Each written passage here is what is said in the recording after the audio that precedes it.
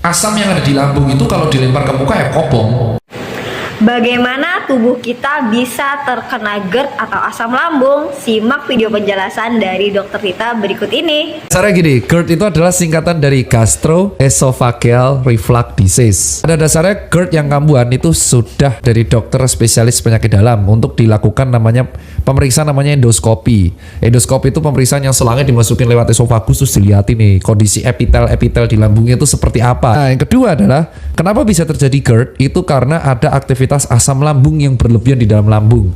Maka teman-teman akan bertanya, kok lambung bisa mengeluarkan asam? Ya, cairan di lambung tuh sangat asam bro, pH-nya bisa sampai 1,5. Jadi kayak HCl, ya memang HCl. Jadi bayangin asam yang ada di lambung itu kalau dilempar ke muka ya kopong.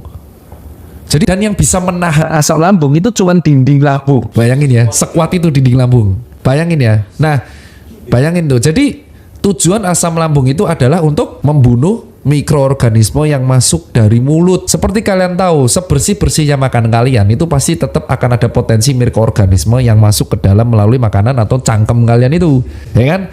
Sehingga itulah tugasnya asam lambung untuk mendegradasi mikroorganisme tersebut. Nomor 3, asam lambung itu bisa dikeluarkan karena banyak hal. Dari ada sebuah sensor Yang namanya hormon ghrelin. ada aktivitas saraf simpatis dan parasimpatis. Nah, ketika kita sudah lapar akibat mencium makanan tertentu itu memorable. Jadi misalkan kita itu suka banget sama makan sate, terus ada asap sate, terus kita mencium asap sate kan, itu muncul hormon ghrelin untuk kita lapar. Nah, ketika hipotalamus ya bener ya, wah kalian jadi bingung kan, menginfek, oh bro lu lapar gitu kan, otomatis otak kita kan ngomong kita lapar. Nah, itu langsung lambung ngeluarin asam.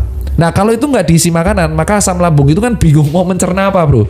Nah, sekuat-kuatnya dinding lambung, karena asam lambung ini tidak mencerna apapun, akhirnya yang dicerna Dinding lambungnya sendiri. nah, kan awalnya sakit kan. Nah, kalau asam lambung ini mencerna dinding lambung terus sampai luka, maka disebutnya gastritis. Nah, kalau bolong beda lagi, bolongnya di mana dulu. Yang bisa menyebabkan stres atau shock itu adalah kalau lambungnya ini lobang, bolong akibat asam lambung, terus asam lambung itu keluar mendegradasi usus, hancur ususmu, itu asur ususmu. Asam itu bayangin, jadi gini loh buat teman-teman yang meremehkan penyakit lambung ya. Penyakit lambung itu tidak mematikan.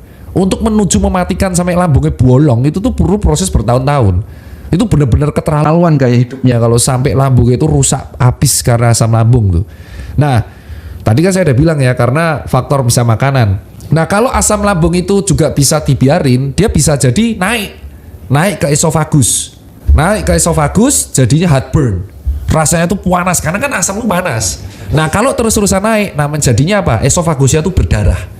Karena dia nggak kuat.